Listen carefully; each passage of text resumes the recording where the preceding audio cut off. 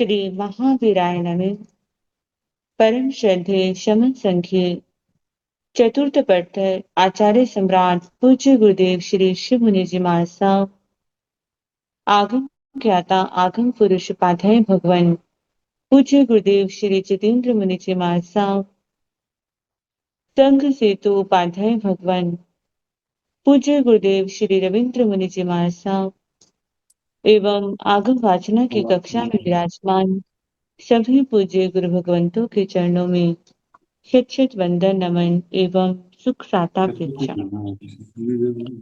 आज की आगम वाचना में गुरु वंदना का लाभ ले रहे हैं उग्र तपस्विनी प्रवर्तनी महासाध्वी श्री सुमित्रा जी महाराज साहब आदि थाना।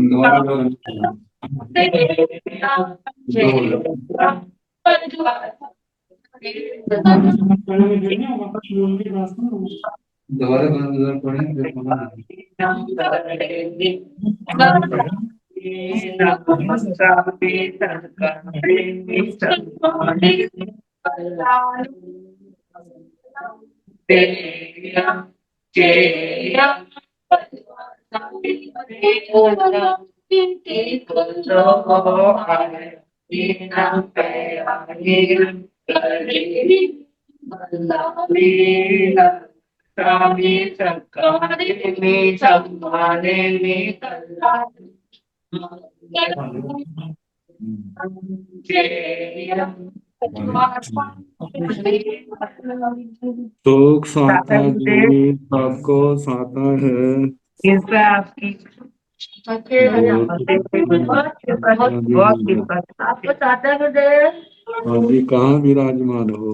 मोहाली पहुंच गए गुरुदेव, पेट 6 में। हाँ, कृपा जी अच्छा, मंजू माता मोहाली। जी का ऑपरेशन कराना गोटे का 18 दिन को कृपा दृष्टि बनाए रखना। सब ठीक ठाक हो? हाँ जी, हाँ जी। हाँ जी। मोहाली। आज की तपस्या का लाभ ले रहे हैं उत्तर भारतीय प्रवर्तनी शमनी सूर्या डॉक्टर पुरानी श्री सरिता जी महाराज साहब की सुशिष्या घोर तपस्विनी महासाध्वी श्री शुभा पिंकी जी महाराज साहब उपवास तरुण तपस्विनी महासाध्वी श्री शमा जी महाराज साहब उपवास शासन प्रभाविका महासाध्वी श्री प्रवीण जी महाराज साहब की सुशिष्या साध्वी श्री हिताशी जी महाराज साहब उपवास। इन सभी तपस्याओं के तप की हम अनुमोदना करते हैं और सुख साता पूजते हैं। अब पूज्य गुरुदेव के चरणों में करवत से प्रार्थना करते हैं कि कृपया पधारी और हमें आगमों का अनमोल ज्ञान प्रदान करें। पधारी गुरुदेव।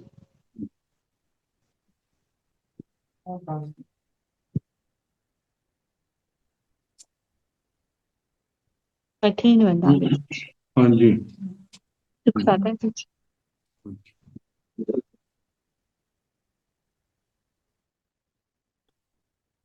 नमो अरिहंताण, नमो सिद्धाण, नमो आर्याण, नमो ओगध्यायाण, नमो लोये सव साहुण, पंच नमोकारो सव पाव गणासनो मंगलानंत संदेश परमं हवै मंगलम्।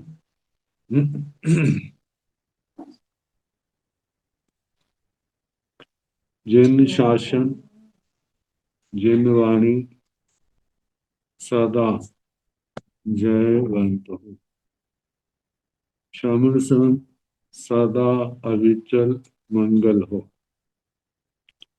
मुक्ति को प्राप्त श्रमण भगवान महावीर स्वामी उनकी परम पावन कल्याणी भागवती वाणी वाचक प्रमुख श्री इंद्र भूति गौतम आदि गणधर भगवंत युग प्रधानाचार्य परम पूज्य श्री सुधर्म स्वामी जी महाराज,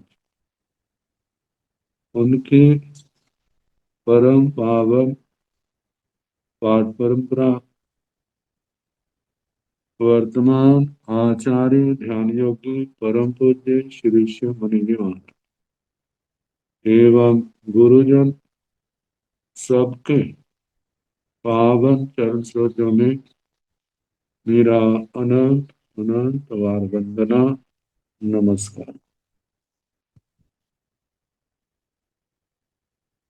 आगम परिषद में विराजमान वरिष्ठ मुनिराज, अन्य मुनिवृंद, परम आदरणीय भगवती स्वरूपा महासाध्वी,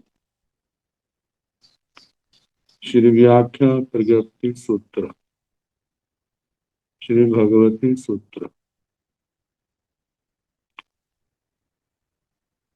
15वां शतक,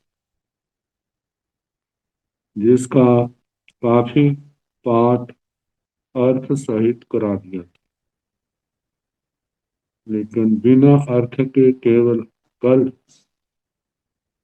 मूल पाठ ही पढ़ा था। तो केवल मूल पाठ का अर्थ ही सुनाऊंगा। कल मैंने जो सुनाया था, अयमपुल आजीवक संप्रदाय का उनका उपासक, जिसको आजीविकोपासक कहा जाता है, प्रश्न लेके आया था। उसने प्रश्न का उत्तर पाया और वो वापिस चला गया। अब जब गौशाले को यह एहसास हुआ मेरा अंतिम समय नजदीक आ रहा है, तो उसने अपने स्थविरों को बुलाया। बुला करके कहने लगा, हे देवानुप्रिय, जब मैं काल धर्म को प्राप्त हो जाऊं, उसके बाद आपने मेरे शरीर को सुगंधित पानी से स्नान करवा, स्नान करवा करके बड़े कोमल जैसे तौलिया होता है उससे साफ करना,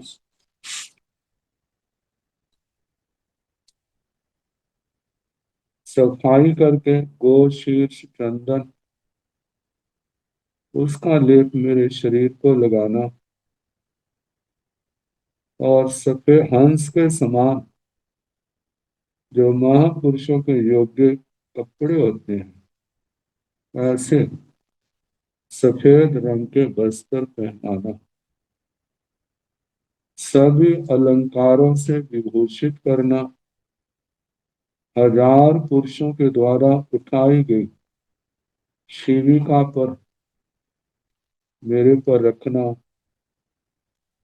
और श्रावस्ती नगरी के सिंहाटक मतलब श्रावस्ती नगरी के मार्गों से, राजमार्गों से मेरी शोभा यात्रा निकलवाना, और ये कहना, हे देवानी प्रिय, मंखली पुत्र गोशालक वह जिन्न था, जिन्न प्रलापी सर्वज्ञ सर्वदर्शी केवली, केवली प्रलापी वह इस प्रकार विचरण करके इस अवसर्पणी काल के 24 तीर्थंकरों में अंतिम तीर्थंकर वो सिद्ध गति को प्राप्त हुए। सिद्ध, बुद्ध, मुक्त सभी दुखों का अंत किया। इस प्रकार रिद्धि सत्कार से मेरे शरीर का निहरण, निहरण मतलब अंतिम यात्रा मेरी करवानी। आजीवक स्थविरों ने मंथली पुत्र गोशाला के इस अर्थ को बड़े विनय पूर्वक स्वीकार किया। अब जिस समय सच में अंतिम समय आया तो जिस लेशा में, जिन परिणामों में, जिस आत्मा ने आयुष्य कर्म का बंध किया होता है, वे ही परिणाम अंतिम समय वह लेशा आ जाती। जब वो आई तो आत्मा के अंदर, जैसे भगवान ने कहा था ना, 7 अहोरात्र का दिन जैसे बीतेंगे आप शदमस्त अवस्था में काल धर्म को प्राप्त हो जाओगे। और मैं अभी 16 वर्ष मेरा जीवन और है, मैं इस पृथ्वी पर विचरण करूंगा।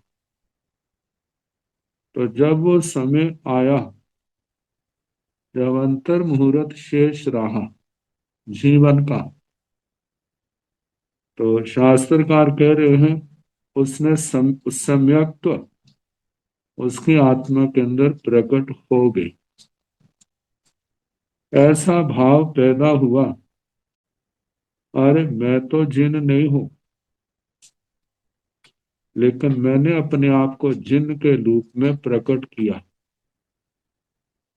मैं केवली नहीं, लेकिन अपने आप को केवली कहा।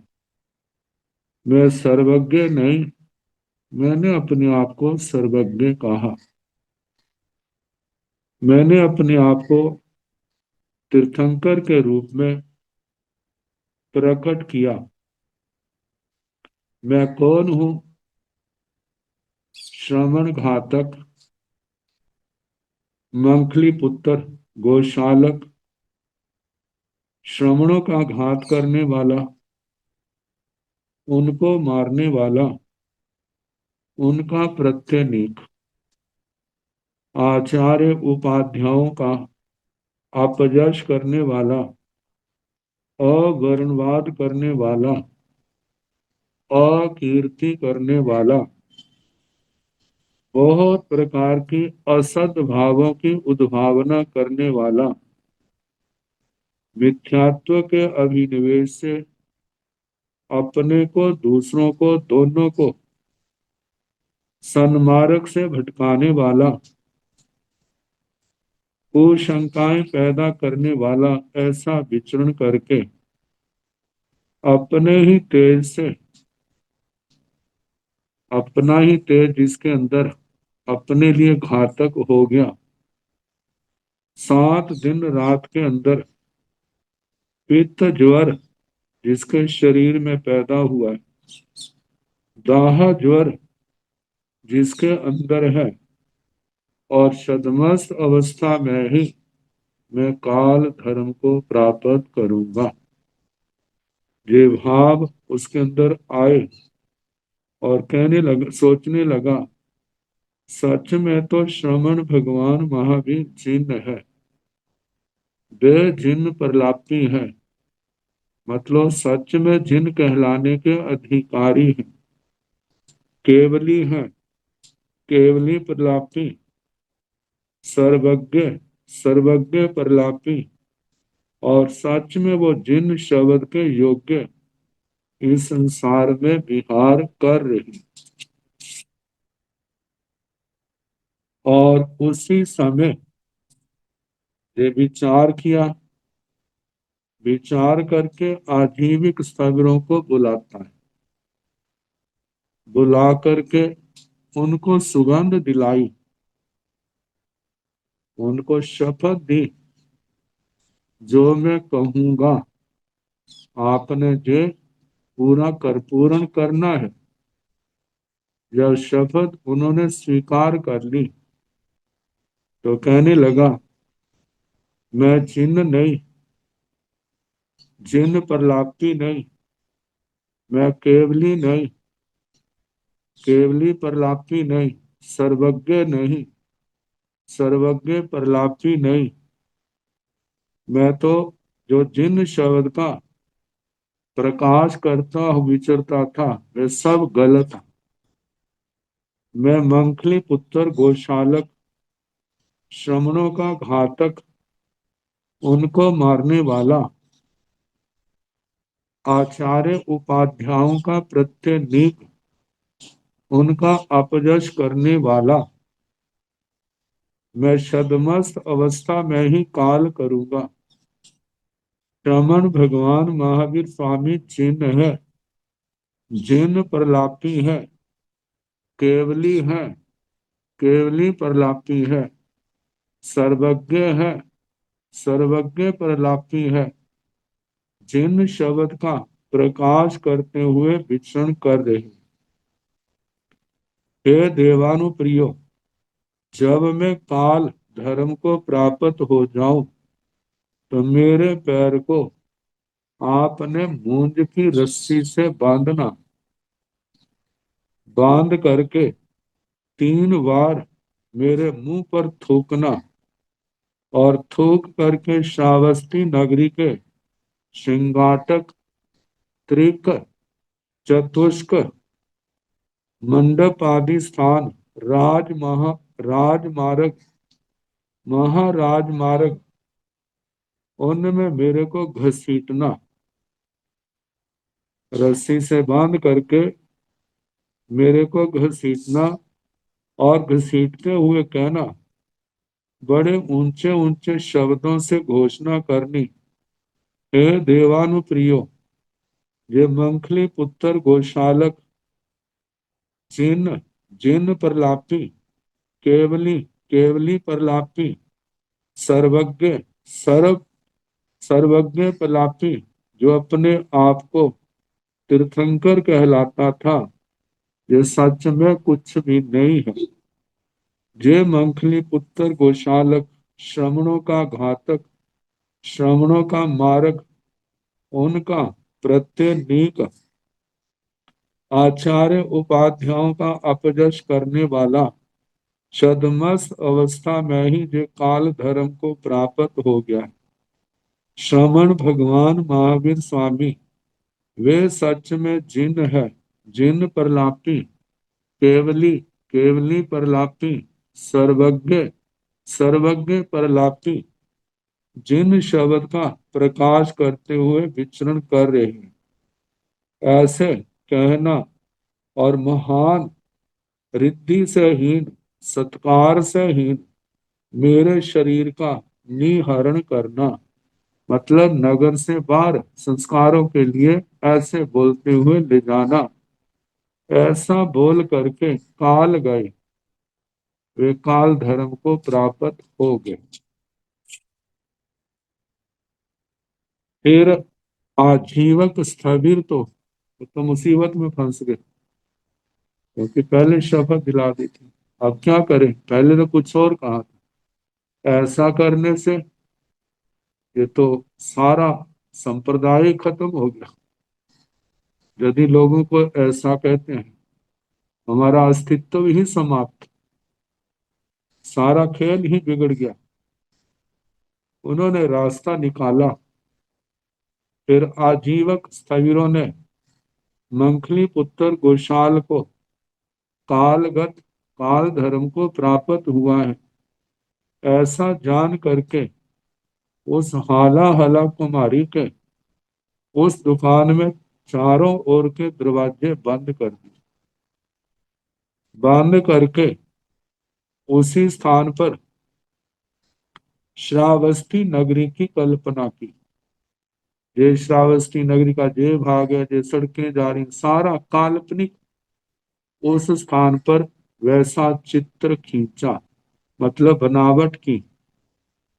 फिर उसके अंदर मंखली पुत्र गोशाला के बाएं पैर को मूंज की रस्सी से बांधकर 3 बार मुख में थूकते। फिर उस जो बनाई नगरी थी उसके अंदर ही वो उनके शरीर को घसीटते। घसीट करके ऊंचे ऊंचे शब्दों से नहीं, नीचे नीचे निम्न शब्दों से घोषणा करते हुए वो ही शब्द के, हे देवानुप्रियो, ये मंखली पुत्र गोशालक, जिन जिन प्रलापी, केवली केवली प्रलापी, सर्वज्ञ सर्वज्ञ प्रलापी, जिन शब्द का प्रकाश करता हुआ विचरा, जे सच में जे नहीं है, जे मंखली पुत्र गोशालक, श्रमणों का घातक, श्रमणों का मारक, उनका प्रत्यनीक, आचार्य उपाध्यायों का अपजश करने वाला, ये सदमस्त अवस्था में ही काल धर्म को प्राप्त हो गया। श्रमण भगवान महावीर वो जिन है, जिन प्रलापी, केवली केवली प्रलापी, सर्वज्ञ सर्वज्ञ प्रलापी, जिन शब्द का प्रकाश करते हुए वो विचरण कर रहे। इस प्रकार उन्होंने अपने आप को, जो ली हुई शपथ थी, उससे अपने आप को मुक्त किया।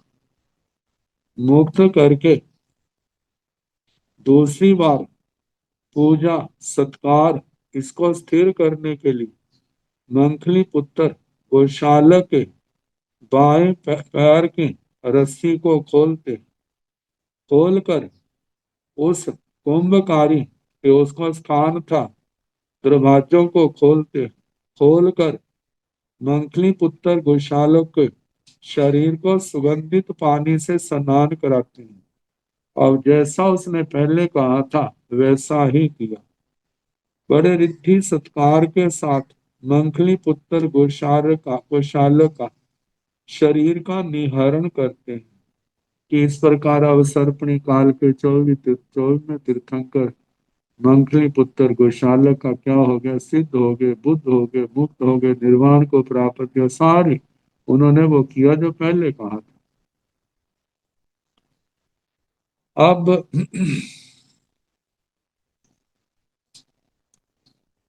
इस घटना के बाद श्रमण भगवान महावीर स्वामी श्रावस्ती नगरी के कोष्ठक दैत्य से निकलते हैं विहार करके। वहां से निकलकर बाहर जनपद विहार करते हैं। उस काल उस समय में इस भारत वर्ष में मेंढक ग्राम नाम का नगर था, उसका वर्णन करना। 10 अक्षरे स्थानक सूत्र में आते हैं। उन अक्षरों में एक जे भी आता है, तेजोलेश्या का उपसर्ग। कहा जाता है तीर्थंकर भगवान के ऊपर ऐसा होता नहीं है किसी का बार चले, लेकिन अनंत अनंत काल के बाद ये अनहोनी घटनाएं घटती हैं, और वो 10 घटनाओं में से एक जे भी है। तो तेजोलेश्या का प्रभाव पड़ा शरीर के ऊपर, क्योंकि वो पढ़ने से शरीर में दाहा, ज्वर, खून के 10 ऐसी 6 महीने जब टाइम आया तो उस समय जो समस्या आई थी उसका वर्णन किया जा रहा है। उस मेंढक ग्राम नगर के बाहर ईशान कोण दिशा भाग में शाल कोष्टक नाम का चैत्य था। पृथ्वी शिला पट्टक इनका चंपा पूर्ण भद्र की तरह वर्णन करना। शाल कोष्टक चैत्य के थोड़ी दूरी पर एक मालू का कक्ष ऐसा स्थान जहां पर एक बीज वाले वृक्षों का वन महाकक्ष, मतलब बड़ा हरा भरा, पत्ते फूलों से संपन्न, फलों से संपन्न, हरियाली चारों ओर, अत्यंत शोभायमान। वहां मेंढी ग्राम में नगर में एक रेवती नाम की गाथा पत्नी निवास करती थी। समृद्ध थी, अपरिभूत, प्रभावशाली थी। फिर श्रमण भगवान महावीर स्वामी किसी समय पूर्वानुपूर्वी चलते, ग्रामानुग्राम विहार करते उस नगर मेंढी ग्राम नगर में जहाँ शाल कोष्ठक चैत्य था वहां आए। नगर की जनता आई, धर्म देशना हुई, सारे चले गए। उस समय फिर श्रमण भगवान महावीर स्वामी के शरीर में विपुल रोगातंक पैदा हुआ। इसके शरीर के अंदर बड़ी असाता पैदा हुई। लेकिन तीर्थंकर भगवान अनंत सहन शक्ति के पुंज होते हैं, सब सह रहे हैं, लेकिन रोग अपना प्रभाव दिखा रहा है। कोई असमाधि नहीं है। शरीर में पित्त ज्वर पैदा हुआ, दाह ज्वर, गर्मी, तो जिसके कारण से खून के दस्त जो उनको हुए और चारों वर्ण इस प्रकार कहने लगे कि श्रमण, इस प्रकार श्रमण भगवान महावीर मंखली पुत्र गोशालक के तप तेज से प्रभावित हुए। 6 महीने के अंदर पित्त ज्वर दाह के कारण शदमस्त अवस्था में ही काल कर जाएंगे, क्योंकि उसकी अवस्था, उसकी बात में 6 महीने वाली सामने आने लग पड़ी। तो लोगों का ऐसा अनुमान हुआ। उस समय जब भगवान की जो दशा हुई, उस समय भगवान महावीर स्वामी के 14,000 श्रमण थे। उनमें एक सिंह अणगार थे।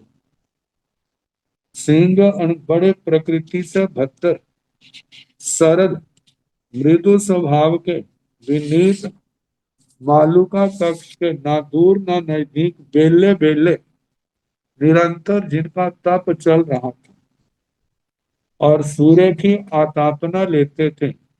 सूर्य की ओर मुख करके दोनों हाथ ऊपर उठा करके विचरण कर रहे थे। फिर सिंह अणगार के ध्यान में ये ख्याल, ये भाव पैदा हुआ कि मेरे धर्माचार्य, धर्मोपदेशक श्रवण भगवान महावीर स्वामी के शरीर में विपुल रोगातंक पैदा हुआ है, बड़ी वेदना है, शतमस्त अवस्था में काल कर जाएंगे, ऐसा अन्य तीर्थी लोग कहेंगे। उनको नहीं पता ये सर्वज्ञ सर्वदर्शी है। यदि ऐसा हुआ तो ये तो क्या होगा, लोगों के सबके शब्दों के बाण हमें सहना पड़ेंगे कि आप कहते हैं आपके भगवान सर्वज्ञ सर्वदर्शी है, वो तो गौशाले के अनुसार तो 6 महीने के अंदर वो क्या हो गए, काल कर गए। इसका मतलब वो सर्वज्ञ नहीं थे। तो छद्मस अवस्था में काल कर गए। इस प्रकार का बहुत मानसिक दुख उनके पैदा हुआ और आतापना भूमि से उतरते हैं। उतर करके जहां मालूका कक्ष था वहां आए। आ करके अंदर उसके प्रवेश किया जैसे झुरमुट में, और अंदर प्रवेश करके उस मानसिक आघात के कारण कहते जोर जोर से रोने लगे। जब वो रो रहे थे उस समय भगवान ने अपने शिष्यों को बुलाया। कहने लगे, हे आर्यो, मेरा अंत्यवासी सिंह अणगार, प्रकृति से भद्र, वो सारी बात कहनी जो उसके संबंध में सुनाई। आप ऐसा करो, जाओ और सिंह अणगार को बुला करके लाओ। फिर श्रमण निर्ग्रंथ श्रमण भगवान महावीर स्वामी के द्वारा ऐसे कहे हुए। श्रमण भगवान महावीर स्वामी को वंदना नमस्कार करते, वंदना नमस्कार करके भगवान के पास से शाल कोष्ठक चैत्य से निकलते हैं, निकलकर जहां मालूका कक्ष था, जहां पर सिंह अणगार थे, वहीं आते। वहां आकर के सिंह अणगार को बोलने लगे, हे सिंह धर्माचार्य आपको बुला रहे। वह सिंह अणगार श्रमण निर्ग्रंथों के साथ मालूका कक्ष से निकलता है, निकलकर जहां शाल कोष्ठक चैत्य था, जहां श्रमण भगवान महावीर स्वामी थे, वहां आए। आकर के श्रमण भगवान महावीर स्वामी जी को 3 बार दाहिनी ओर से प्रदक्षिणा करते हैं, वंदना नमस्कार करते हैं, वंदना नमस्कार करके पर्युपासना करते हैं। भगवान ने सिंह अणगार को संबोधन किया, हे सिंह ध्यान आंतरिका में वर्तमान आपके ऐसा भाव आया, वो सारी बातें कह दी और कहा जे बात क्या सच है, हाँ भगवान सच है। तो सिंह आप मैं मंथली पुत्र गोशालक के तप तेज से प्रभावित हुआ, 6 महीने के अंदर काल करूंगा। कहते जे जो उसने कहा मैं अभी तो 15.5 साल जिन स्वहस्ती इसके रूप में इस भूमंडल पर विचरूंगा, मतलब मेरी अभी मृत्यु काल में काल धर्म को प्राप्त नहीं होगा। मेरा अभी शेष, क्योंकि 6 महीने हो गए थे, उस समय 16 साल के थे, अब जो है 6 महीने कम हो गए तो 15.5 साल, इतना अर्ध 16 16वां वर्ष आधा, इतना भी विचरण करूंगा। तुम जाओ हे सिंह मेंढी ग्राम नगर में रेवती गाथा पत्नी के घर, वहां पर रेवती गाथा पत्नी ने मेरे लिए 2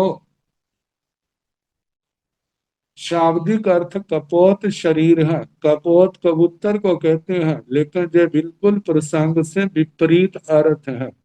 इसका अर्थ है कपोत शरीर कबूतर के समान जिसका रंग है।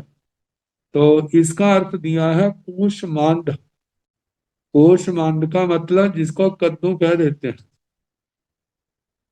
वो कद्दू जो है उसने मेरे लिए बनाए हैं, उनसे प्रयोजन नहीं है। जो दूसरे मार्जार कृत कुक्कुट मांस, ये इसका अर्थ शाब्दिक अर्थ मुर्गे का मांस है, लेकिन ये अर्थ बिल्कुल प्रसंग से विपरीत है। तो कहा जाता है इसका अर्थ जो है बिजोरा पाक।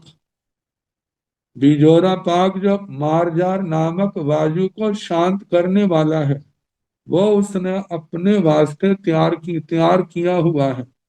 जो उसने अपने निमित्त तैयार किया है, उसको मेरे लिए लाना। क्योंकि कहा जाता है चाहे कबूतर का शरीर हो, चाहे मुर्गे का शरीर हो, इनकी जो तासीर है उष्ण है। तो उष्ण प्रकृति वाली चीज उष्ण प्रकृति वाली बीमारी को कैसे दूर कर सकती है। तो तो इनका अर्थ हमारे व्याख्याकार आचार्यों ने जो किया है वो आपको बताया कि बिजोरा पाक उनका अर्थ लेना, और दूसरा जो था वो कोहला, जिसको कुष्मांड कद्दू कहते हैं, इतने स्थानों पर उसको पेठा भी कह देते हैं। तो कहा कि मेरे लिए जो जो उन्होंने अपने लिए बनाया है वो मेरे पास वो लाना। फिर सिंह अणगार भगवान महावीर स्वामी के द्वारा ऐसा कहे जाने पर बड़े प्रसन्न हुए। श्रमण भगवान महावीर स्वामी को वंदना नमस्कार करते हैं। वंदना नमस्कार करके उनकी गति में तीव्रता नहीं है, चंचलता नहीं है, व्याकुलता नहीं है। उन्होंने पहले अपनी मुख वस्त्रिका का प्रतिलेखन किया। प्रतिलेखन करके जैसे गौतम स्वामी जी का गोचरी जाने का वर्णन आता है, ऐसे सिंह अणगार ने पात्रों आदि की सारी प्रेरणा करके फिर उसके बाद श्रमण भगवान महावीर स्वामी को वंदना नमस्कार करते हैं। वंदना नमस्कार करके श्रमण भगवान महावीर स्वामी के पास से शाल कोष्ठक चैत्य से निकलते हैं। निकलकर मतलब ना कोई तीव्रता है, ना कोई चपलता है, ना व्याकुलता है। ऐसे गमन ईरिया समिति का शोधन करते हुए जहां मेंढी ग्राम नगर था, वहां आकर मेंढी ग्राम नगर के मध्य मध्य से जहां रेवती गाथा पत्नी का घर था, वहां आते हैं। वहां आकर रेवती गाथा पत्नी के घर में प्रवेश किया। फिर उस रेवती गाथा पत्नी ने सिंह अणगार को आते हुए देखती है। देखकर बड़ी प्रसन्न हुई, अपने आसन से उठती है। उठ करके सिंह अणगार के 7-8 कदम उनके स्वागत के लिए आगे गई। आगे जाकर 3 बार दाहिनी ओर से प्रदक्षिणा करती हैं। प्रदक्षिणा करके वंदना नमस्कार करती हैं। वंदना नमस्कार करके ऐसे बोली, हे देवानुप्रियो, आपके आगमन का क्या प्रयोजन है? मुझे संदेश दे, मुझे कहें आपका कैसे आगमन हुआ। तो सिंह अणगार गाथा रेवती गाथा पत्नी को बोले, हे देवानुप्रिय, आपने श्रमण भगवान महावीर स्वामी के निमित्त दो वो जो कोहले बनाए हैं, उनसे प्रयोजन नहीं है। जो आपने बिजोरा पाक बनाया है, उससे अर्थ है, वो मुझे दो। फिर वह रेवती गाथा पत्नी सिंह अणगार को कहने लगी, हे सिंह, वह कौन ज्ञानी है, तपस्वी है, जिसने मेरे बाद मन की बात आपके सामने प्रकट की है, जिससे तुम जानते हो। फिर उसके बाद जैसे स्कंधक अणगार के प्रकरण में आया था, स्कंधक ने पूछ जब श्री गौतम स्वामी ने कहा तुम इन प्रश्नों का उत्तर लेने आए हो, तो स्कंधक परिव्राजक ने पूछा था, ऐसा कौन सा ज्ञानी है जिसने मेरे मन की बात आपको बताई है? तो इन्होंने भी कहा, भगवान महावीर स्वामी ने बताया और उसके लिए मैं आया हूं। फिर गाथा पत्नी रेवती गाथा पत्नी सिंह अणगार के पास इस अर्थ को सुन करके हृदय में धारण करके बड़ी प्रसन्न हुई। जहां पर रसोई घर था, वहां आती है और वहां पर बर्तन को उन्होंने खोला, पात्र को खोला। खोल करके सिंह अणगार जहां थे वहां आई। आकर के सिंह अणगार के पात्र में वो सारे का सारा उन्होंने डाल दिया। फिर रेवती गाथा पत्नी उसके द्रव्य की शुद्धि से, देने वाले की शुद्धि से, पात्र की जिसमें शुद्धता है, ये भगवान के मासकमन के पारनी में बातें आई थी ना कल, वो बताई थी। तो क्या हुआ, वहां पर उसने देव आयु का बंद किया और वहां पर संसार को सीमित किया। जैसे विजय गाथा पति का आया था, 5 वहां पर दिव्य प्रकट हुए। चारों ओर रेवती गाथा की गुण गाथा गाई जा रही है। वो कैसी रेवती गाथा, कितनी पुण्यवान है, कितनी भाग्यशाली है, उसका जीवन सफल हो गया, जिसके घर में कि साधु ने भिक्षा ली और ये दिव्य प्रकट हुए हैं, 5 दिव्य। फिर सिंह अणगार रेवती गाथा पत्नी के घर से निकलते हैं। निकलकर मेंढी ग्राम नगर के मध्य मध्य से निकलते हैं। निकलकर जैसे गौतम स्वामी जी महाराज भगवान को भोजन पानी दिखाते थे, ऐसे इन्होंने भी दिखाया। दिखा करके श्रमण भगवान महावीर स्वामी के जो भोजन लेके आए थे, उनके हाथों में वो सारा डाला। और भगवान ने उस भोजन के प्रति कोई मूर्छा नहीं, आसक्ति नहीं, कोई उसके प्रति गृद्धि भाव नहीं। जैसे सर्प बिल में सीधा चला जाता है, ऐसे ही अपनी आत्मा से उस आहार को शरीर के कोठे में डाला, मतलब कोई स्वाद न लेते हुए उसका ग्रहण किया। फिर श्रमण भगवान महावीर स्वामी के जिस समय आहार कर लिया, उस आहार करने पर वो जो विपुल रोगातंक था एकदम शांत हो गया, और जिसके कारण से शरीर स्वस्थ हो गया, शरीर में बल प्रकट हुआ। श्रमणों को बड़ी खुशी हुई, श्रमणियां भी बहुत प्रसन्न हुई, श्रावक भी प्रसन्न हुए, श्राविकाएं भी प्रसन्न हुई, देवता भी प्रसन्न हुए, देवियां भी बड़ी प्रसन्नता संतोष का अनुभव किया। देवता मनुष्य असुरों के साथ मनुष्य जो है वह सारे लोग बड़े प्रसन्न हुए, संतोष भाव पैदा हुआ और कहने लगे भगवान श्रमण भगवान महावीर स्वामी हरिष्ट हुए, मतलब के बिल्कुल स्वस्थ हो गए हैं, अब इनको कोई रोग नहीं है।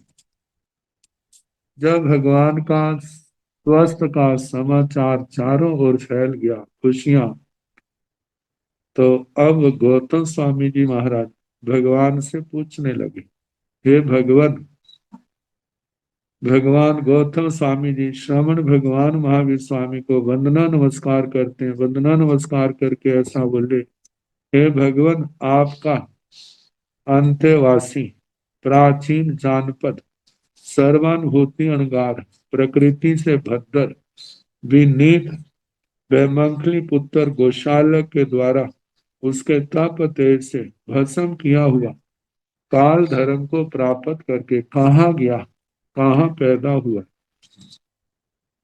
भगवान ने कहा, गौतम, मेरा अंत्यवासी प्राचीन जानपद सर्वानुभूति अणगार प्रकृति से भद्दर जाव विनीत मंखली पुत्र गोशालक के द्वारा भस्म करने पर वह ऊपर चंद्रमा सूर्य जाग सौधर्म ईशान संत कुमार महेंद्र ब्रह्म लंतक महाशुक्र इन कल्पों को पार करके सहस्रार कल्प में देवता रूप में पैदा हुआ है। वहां कितने देवों की 18 सागरोपम की स्थिति है, सर्वानुभूति देव की भी 18 सागरोपम की स्थिति है। वे सर्वानुभूति देव उस देवलोक से आयु के क्षय, भाव के क्षय, स्थिति के क्षय से महाविद्य क्षेत्र में जन्म होगा, वही प्रतिबोध पा करके पुनः प्रव्रजित होगा, संयम तप की आराधना के द्वारा कर्मों को क्षय करके सिद्ध बुद्ध अजर अमर अविनाशी स्थान को प्राप्त होगा, सभी दुखों का अंत करेगा। इस प्रकार हे भगवान, देवानुप्रियों के अंत्यवासी कौशल जानपद सु नक्षत्र नाम के अणगार, वो भी प्रकृति से भद्दर विनीत सारे गुणों का वर्णन करना। भगवान वह भी मंखली पुत्र गौशाला के तप तेज से परितापित हुआ, मृत्यु के समय काल धर्म के समय काल धर्म को प्राप्त करके कहाँ गया, कहाँ पैदा हुआ। हे गौतम, इस प्रकार मेरा अंत्यवासी सुनक्षत्र नाम का अणगार प्रकृति से भद्दर बनीत सारा वर्णन करना, मंखली पुत्र गौशाला के तप तेज से परितापित हुआ, मेरे पास जहां पर मैं था वहां आता है, आकर के वंदना नमस्कार करता है, वंदना नमस्कार करके स्वयं 5 महाव्रतों का आरोहण किया, स्वयं महाव्रतों का आरोहण करके श्रमण श्रमणियों से क्षमा याचना करता है, क्षमा याचना करके आलोचना प्रतिक्रमण किए समाधि को प्राप्त काल धर्म के उस समय में काल धर्म को प्राप्त करके ऊपर चंद्रमा सूर्य ग्रह नक्षत्र तारे स्वधर्म देवलोक ईशान देवलोक से लेकर के आनंद प्राणत को पार आरण को पार करके अच्युत कल्प में उत्पन्न हुआ। वह वहां पर कितने देवों की 22 सागरोपम की स्थिति कही है, सुनक्षत्र देव की भी 22 सागरोपम की स्थिति है। वह भी वहां से आयु भव स्थिति के क्षय से, जैसे सर्वानुभूति का कहा, महाविद्य क्षेत्र में मनुष्य के रूप में जन्म लेगा और भावपूर्ण मतलब प्रतिबुद्ध होगा, संयम तप की आराधना के द्वारा कर्म क्षय करके वह भी सिद्ध गति को प्राप्त होगा। अब आगे पूछने लगे, हे भगवान, इस प्रकार देवानुप्रियों का अंत्यवासी को शिष्य गो मंखली पुत्र गोशालक, वह मंखली पुत्र गोशालक मृत्यु के समय काल धर्म को प्राप्त करके कहाँ गया, कहाँ पैदा हुआ। इस प्रकार हे गौतम, मेरा अंत्यवासी कुशिष्य मंखली पुत्र गोशालक, जो श्रमण घातक, श्रमण मारक, प्रत्यय निकसारा कहना, छद्मस अवस्था में काल धर्म को प्राप्त करके चंद्रमा सूर्य आदि कल्पों को पार करके अच्युत कल्प में देव रूप में पैदा हुआ। वहां पर कितने देवों की 22 सागरोपम की स्थिति कही है। गोशालक देव की भी वहां पर 22 सागरोपम की स्थिति है। अब इसके आगे गोशालक का भावी जन्म मरण, तो कहा भगवान, वह गोशाल देव उस देवलोक से आयु भाव स्थिति के क्षय के अनंतर कहाँ जाएगा, कहाँ पैदा होगा। हे गौतम, इसी जम्बू द्वीप नामक द्वीप में भरत क्षेत्र विंध्य गिरी के जो उसकी तलहटी है, जिसको उपत्यका कहा जाता है, पुंड्र जनपद शातद्वार नगर समुची राजा की भद्रा भार्या उसकी कुक्षी में पुत्र के रूप में पैदा हो गया। वह 9.25 महीने के बाद जब उसका जन्म बड़ा सुंदर भव्य मतलब दारक बेटे के रूप में जन्म होगा। जिस रात्रि को उस बच्चे का जन्म होगा, उस रात्रि को शतद्वार नगर में अंदर बाहर भार प्रमाण, कुंभ प्रमाण, कमलों की वर्षा, रत्नों की वर्षा वहां पर होगी। उस बच्चे के माता पिता 11वां दिन बीतने पर, 12वां दिन आने पर उसका गुण निष्पन्न नामकरण करेंगे कि हमारे इस बच्चे का जन्म लेने पर शतद्वार नगर के अंदर बाहर कम भार प्रमाण, कमलों की वर्षा, रत्नों की वर्षा हुई है, इसलिए हमारे इस बच्चे का नाम हो महापदम। ये काफी बातें जो है पहले तीर्थंकर राजा श्रेणी के जी जो महापदम के रूप में होंगे उनसे मथुरी मिलती, लेकिन वो ऊर्ध्वगामी है, इनका परिणाम सामने आएगा। तो उस बच्चे का नाम माता पिता ने रखा महापदम।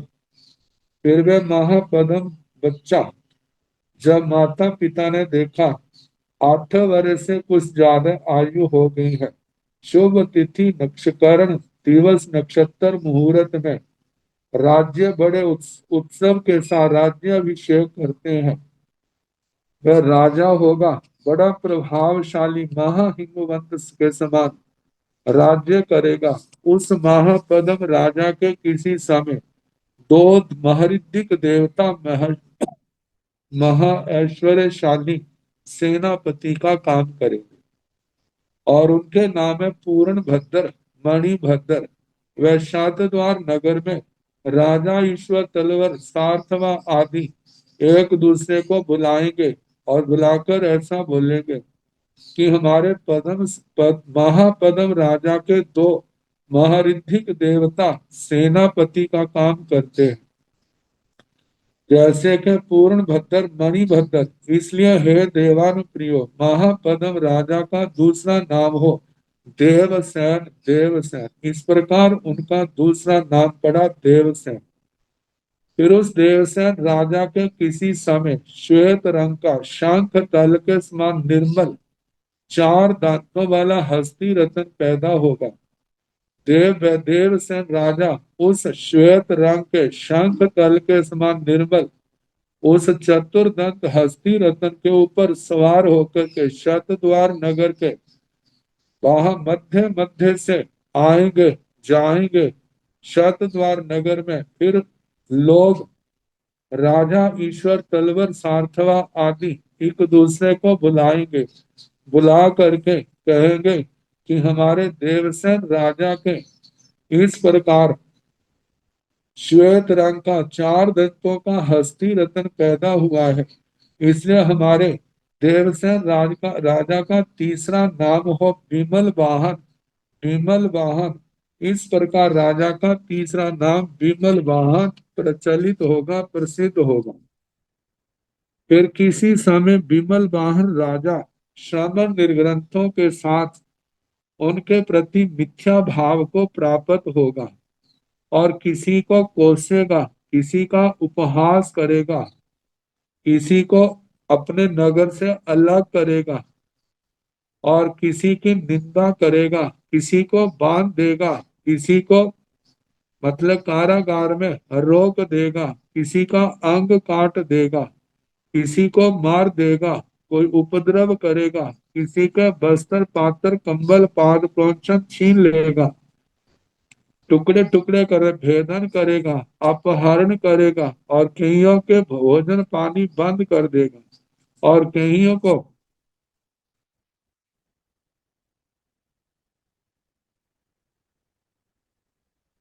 मतलब नगर से बाहर कर देगा और किसी को देश निकाला दे देगा।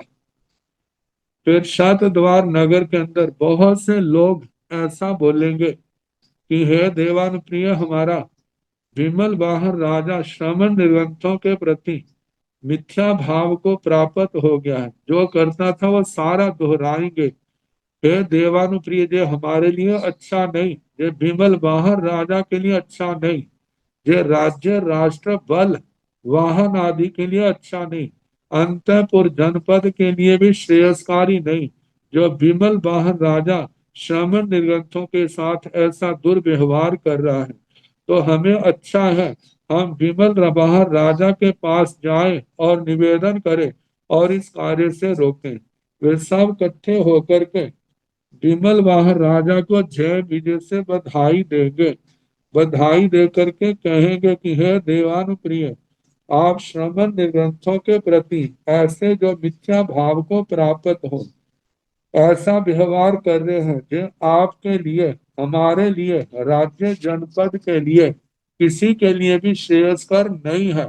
इसलिए आप श्रमण निर्ग्रंथों के प्रति जो ऐसा मिथ्या भाव को प्राप्त हुए हैं, इससे आप रुक जाए, ऐसा ना करे। फिर मैं विमल वाहन राजा उन बहुत से लोगों के ऐसा कहे जाने पर जे धर्म नहीं है, जे तप नहीं है, केवल मिथ्या विनय से इस अर्थ को स्वीकार करते हैं और शतद्वार नगर के बाहर ईशान कोण दिशा भाग में जहाँ एक सुभूमि भाग उद्यान होगा और वहां पर सभी प्रकार का जो उद्यान की गुणवत्ता कही है उसके अंदर होगी। उस काल उस समय में विमल अरिहंत भगवान उनके प्रपोत्र सुमंगल नाम के अणगार होंगे, जो जाति से संपन्न, कुल से संपन्न आचार्य श्री जैसे धर्म घोष, आचार्य श्री धर्म घोष जी का वर्णन आता है। ये ज्ञाता धर्म कथा सूत्र में आता है, जहाँ धर्म रुचि अणगार जी के प्रकरण में।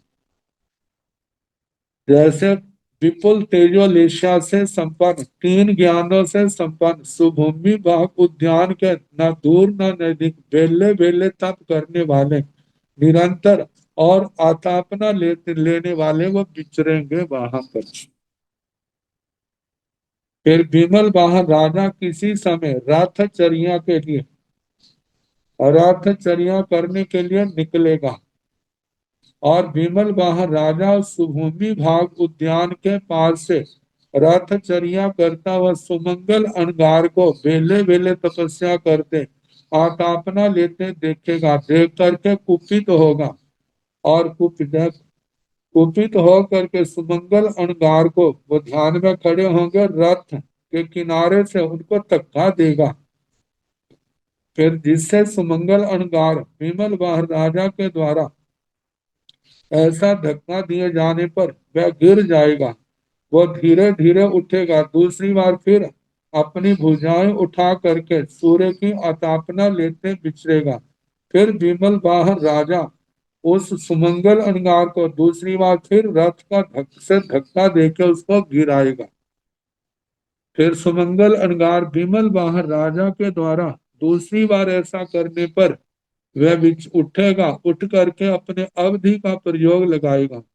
अवधि का उपयोग लगा करके विमल वाहन राजा के अतीत काल को जानेगा और विमल वाहन राजा को कहेगा, तू विमल वाहन राजा नहीं है, तू देवसेन राजा नहीं है, तू महापदम राजा नहीं है, तुम इससे तीसरे भाव में मंखली पुत्र गोशालक था, तू श्रवण घातक, श्रवणों का मारक, प्रत्यनीक, आचार्य उपाध्याय का अपयश करने वाला, सदमस्त अवस्था में काल धर्म को प्राप्त हुआ।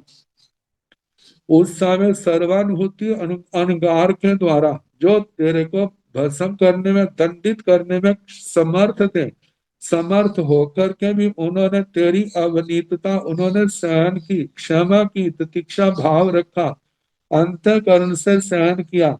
कहते फिर उस समय सुनक्षत्र अंगार ने भी तेरी सारी अवनीतता को सारा सहन किया और उस समय श्रवण भगवान महावीर स्वामी ने तेरे को दंडित करने में समर्थ थे, लेकिन उन्होंने उसको भी बड़ी समता से सहन किया। लेकिन मैं तेरे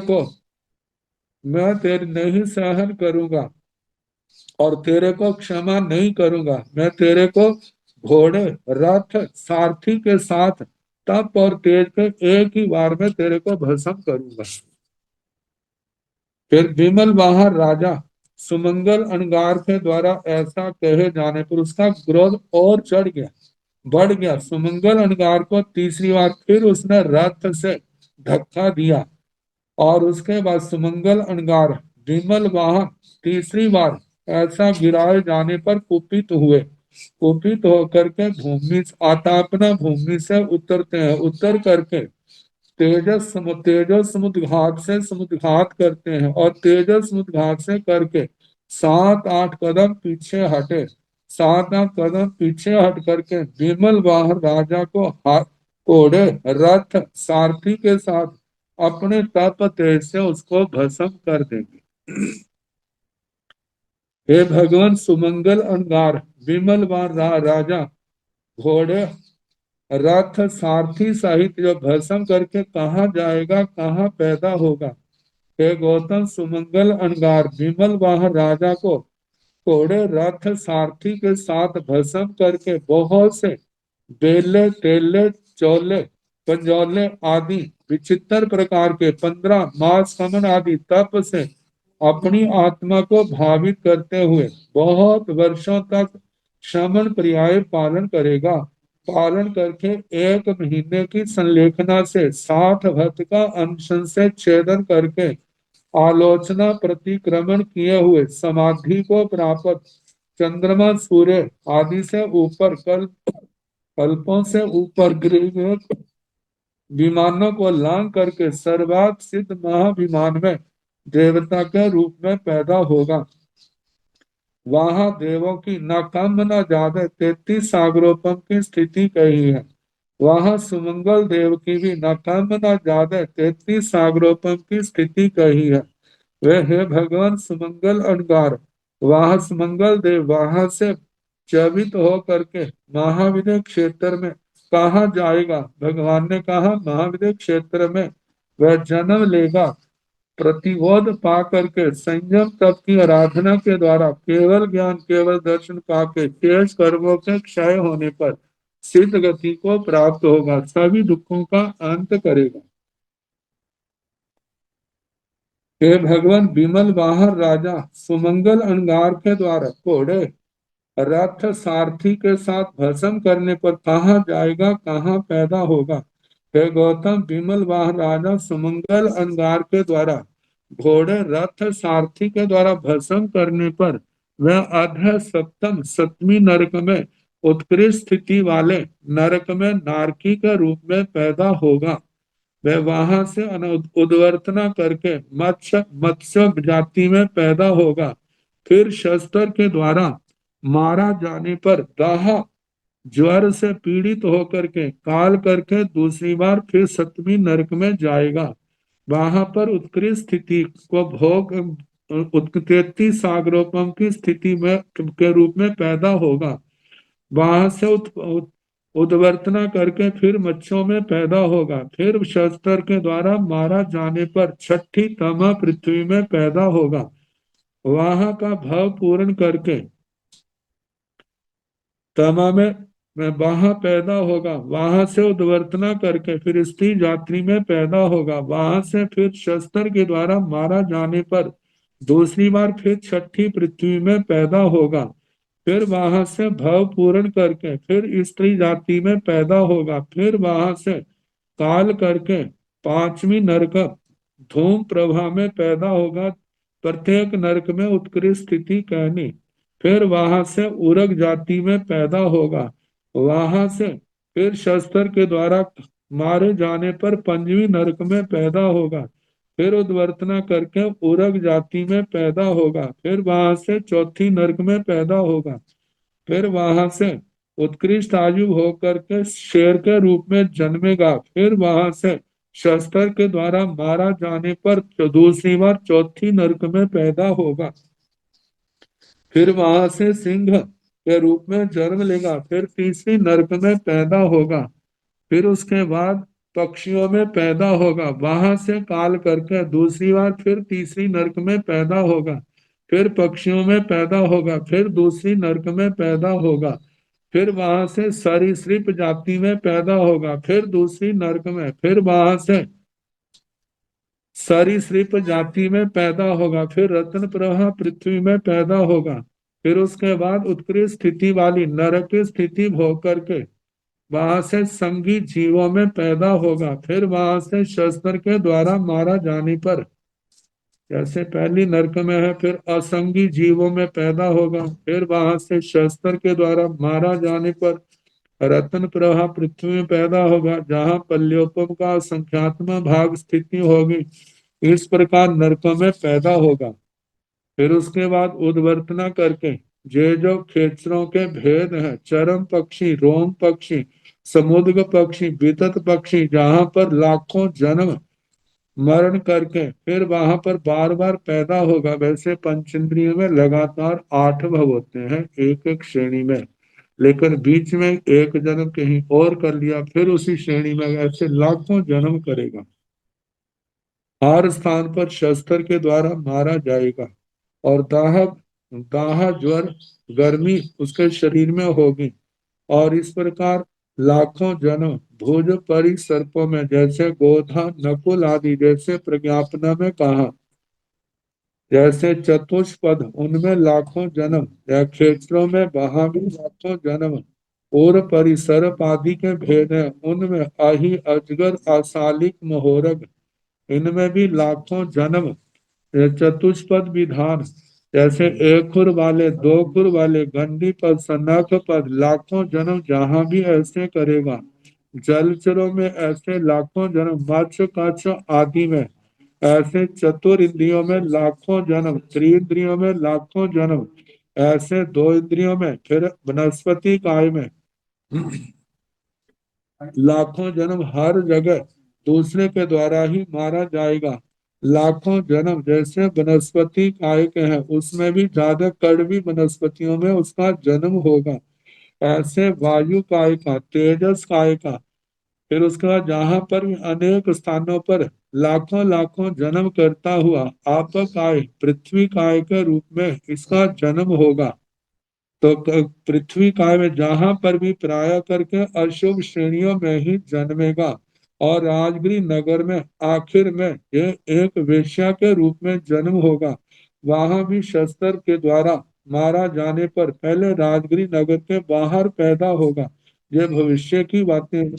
फिर दूसरी बात, फिर राजगिरी नगर के अंदर की ओर, अंदर के क्षेत्र में वेश्या के रूप में जन्म होगा। वहां भी शस्त्र के द्वारा मारा जाएगा। ऐसे विंध्यगिरी पर्वत के बेभेल सन्निवेश में ब्राह्मण कुल में पैदा होगा। और जब उसकी शादी होगी तो उस समय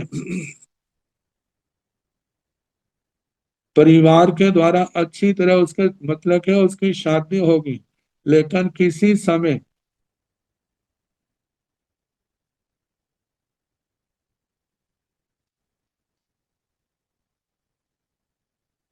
ससुर के परिवार से अपने पियर में जा रही होगी, रास्ते में जंगल में जंगल की आग से घिर जाएगी, वहां से काल धर्म को प्राप्त होगी। दक्षिण दिशा में अग्नि कुमार देवों की जाति में देव के रूप में पैदा होगी, वहां से उद्वर्तना करके मनुष्य के रूप में जन्म लेगी। मनुष्य का जन्म लेकर के फिर उसको केवली बुद्धि होगी, फिर बुद्ध मुंडित होकर के अगार से अनगार अवस्था में पैदा होगी। वहां पर श्रमण धर्म की आराधना सम्यक नहीं होगी, विराधक बन करके असुर कुमारों के देवों में देव रूप में पैदा होगी।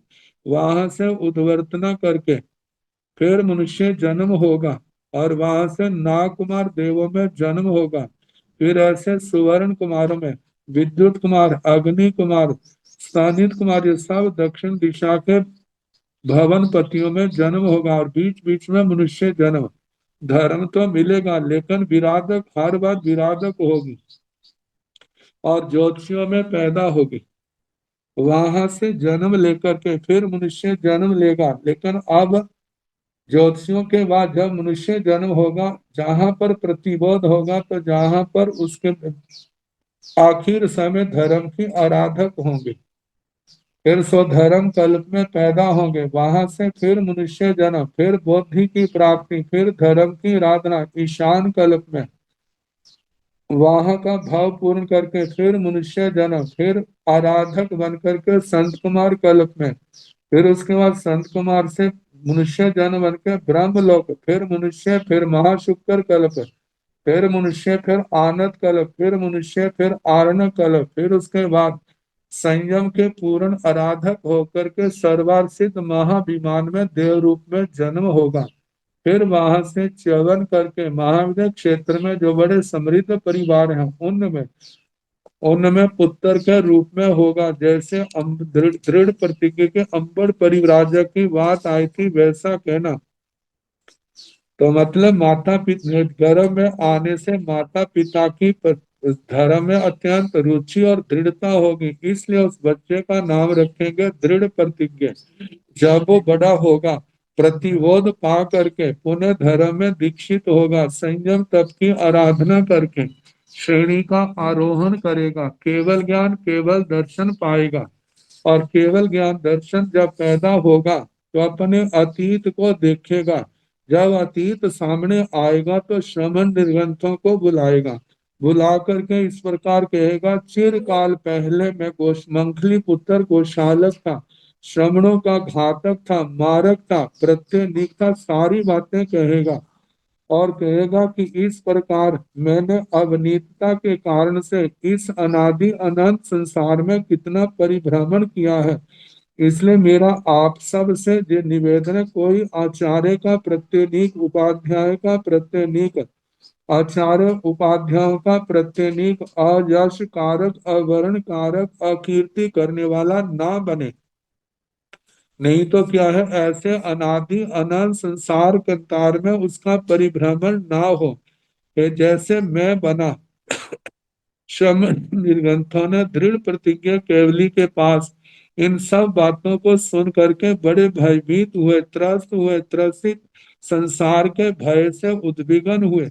दृढ़ प्रतिज्ञा केवली को वंदना करेंगे, नमस्कार करेंगे, वंदना नमस्कार करके उस स्थान की आलोचना करेंगे, निंदा करेंगे, और यथा योग्य जो अवनीता किया उसका प्रायश्चित लेंगे। फिर वह दृढ़ प्रतिज्ञा केवली बहुत वर्षों तक केवली पर्याय को पालन करेगा, और केवली पर्याय पालन करके जब अपना आयुष्य शेष जानेंगे तो भोजन पानी आदि को का परित्याग करेंगे, जैसे औपपातिक में कहा, फिर उस सभी दुखों का अंत करेंगे।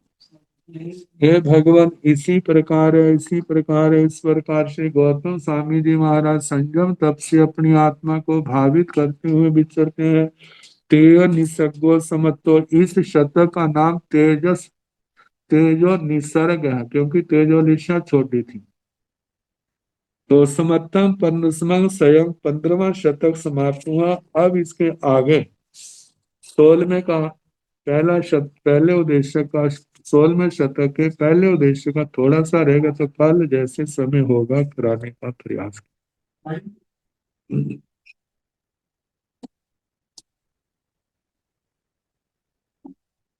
नमो अरिहंताण, नमो सिद्धाण, नमो आयर्याण, नमो ओवधायाण, नमो लोए सब साहुण, ऐसो पंच नमोकार, सब पाव प्रणसन, मंगलानंद संदेश, परमं हवै मंगलम्। श्री चत्वारि मंगलम अरिहंता मंगलम सिद्धा मंगलम साहु मंगलम केली पनतो धम्मो मंगलम चत्वारि लोकोत्तम अरिहंता लोकोत्तम सिद्धा लोकोत्तम साहु लोकोत्तम केवली पनतो धम्मो लोकोत्तम चत्वारि शरणं प्रवज्जामि अरिहन्ते शरणं प्रवज्जामि सिद्धं शरणं प्रवज्जामि साहु शरणं प्रवज्जामि केवली पुनर्थं धम्मं शरणं प्रवज्जामि चार शरणे सुख करने दुख करने मंगल करने और शरण नहीं पाए जो भाव प्राणी आचरे अक्षय अमृत सबको यथा योग्य वंदना सुख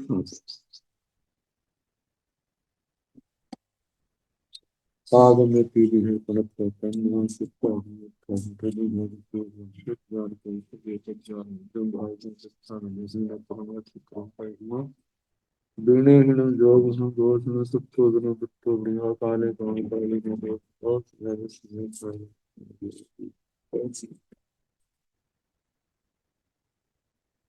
सबको यथा योग्य वंदना सुख सत